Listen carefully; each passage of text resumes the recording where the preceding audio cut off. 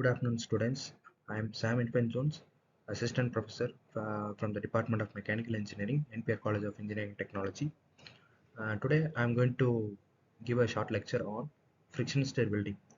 Friction stir welding, it is a welding process where the metal to be joined is not fully melted, whereas partial melting is occurred during the joining of the materials. So here the metal to be joined is generally done below the just at the recrystallization temperature. Coming upon to the introduction of friction stir welding, it is as I mentioned earlier, it is classified as a solid state welding technique where uh, the joining occurs at a recrystallization temperature, that is, the metal does not fully transform into its liquid condition. This process was initially developed by Wayne Thomas at the Welding Institute, Cambridge. So this process was evolved for as a remedy to join aluminum grade of metals, since the joining of aluminum by fusion welding techniques leads to uh, depreciated properties in terms of their strength, hardness, by either of the arc welding techniques that were conventionally used by the time. So, the friction stir welding uh, was a general setup for performing a friction stir welding is that two pieces of metal are brought in contact and they are held tightly with a clamp or workpiece clamp, uh, and a specified tool, a self-designed tool, is made for joining these two materials. General consideration for this tool is that the tool should have hardness higher than that of the uh, base material that is being welded. The base metal is otherwise called as parent metal. The hardness of the tool should be higher than that of the parent metals that is to be welded. The tool, as I told earlier, the tool is being self-designed. The major parameters of the tool is be considered are the tool shoulder as well as the tool pin. Whereas the tool pin is designated by the thickness of the workpiece or the parent metal that is to be welded. The pin of the pin of the tool will be half of the thickness of the parent metal that is to be welded, and whereas the shoulder must be 3 times the size of the thickness of uh, the parent metal. So these are some of the considerations, and when we look upon to the purpose of the pin and the shoulder, the pin helps in stirring the materials and helps in the locomotive purpose of transferring the material that is being present on either sides of the plates, whereas the shoulder helps in maintaining the friction, and it acts as a heat provider to the workpiece, and therefore it helps in maintaining the temperature, as well as it acts as a barrier for uh, not letting out the molten materials out of the uh, parent parent metals. So when this is a cross-sectional view of a friction stir welded joint, where the common phases of observations that we notice under microscope is that the parent metal zone, which is being present here, this is called as the parent metal zone, and adjacent to it, the yellow region is called as the heat affected zone. And third one, that is it is a distinct feature of this friction stir welding process where a thermomechanically heat affected zone will be present. And finally, the red region is called as the weld nugget region. So when we look upon to the features of these distinctive areas, the parent metal will have a property of will have a grain structure. Either it is equiaxed grain structures or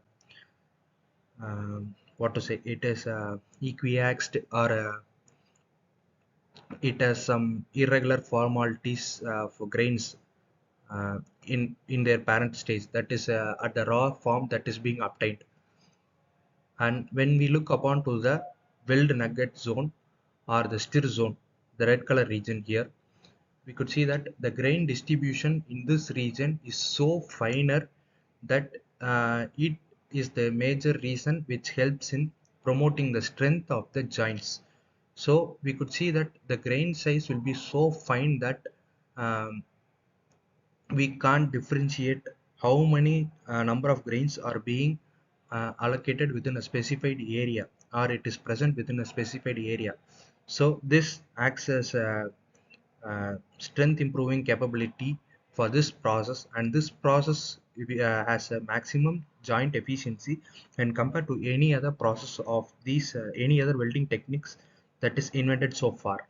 So next region is called as the thermomechanically heat affected zone, where this is the region where we could see a transformation of grains. We could see the transformation of grains which is slightly coarser when compared to the tougher nugget region. And this is because of the heat dissipation that is from the uh, shoulder, tool shoulder, and the regions near to it. So this thermomechanically heat affected zone will be somewhat minimal when compared to that of the adjacent region, that is the heat affected zone.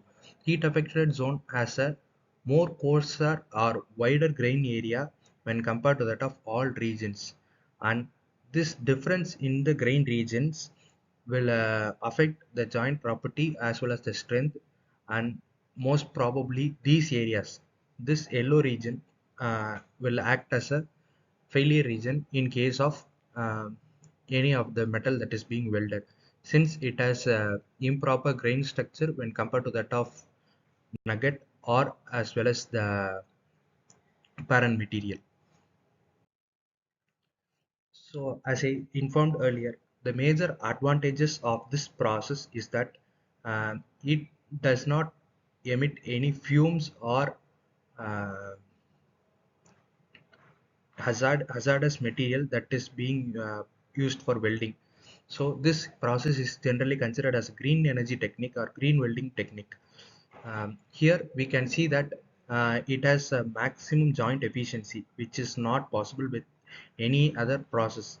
But even in also with when compared to that of any other solid state welding processes. Here we are, since the clamping of the workpieces is more uh, held tight between the joints, the distortion is minimum when compared to that of other welding techniques, but this is also limited to the thickness of the workpiece. We could see that this process is mainly automated, so the productivity can be improved when compared to that of any other process that is being joined manually.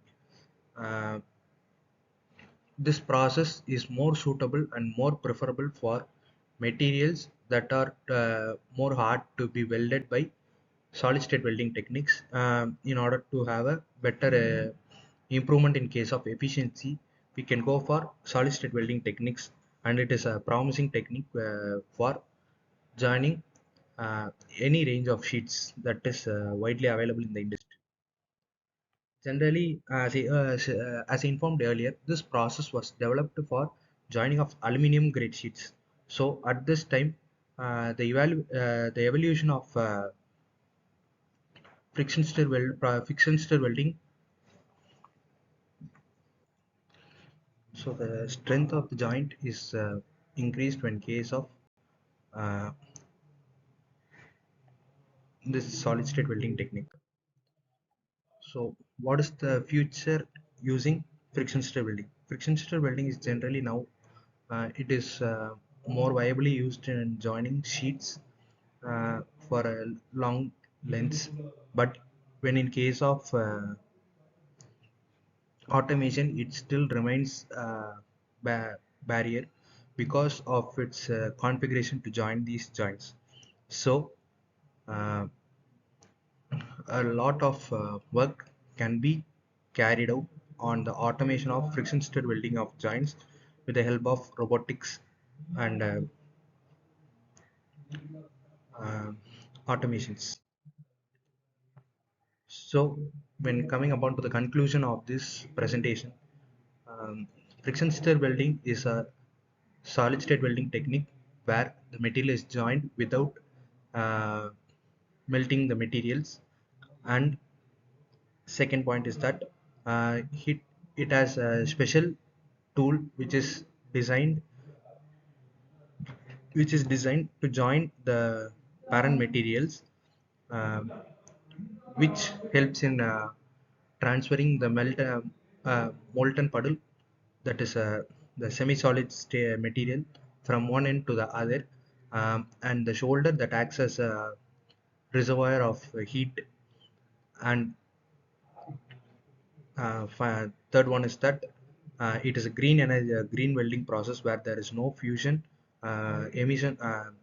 Sorry, where there is no emission of possible gases or toxic materials, and distortion is minimum, where the advantages of this process lies more when compared to its limitation. The limitation that is available is only on the automation of this process. Thank you.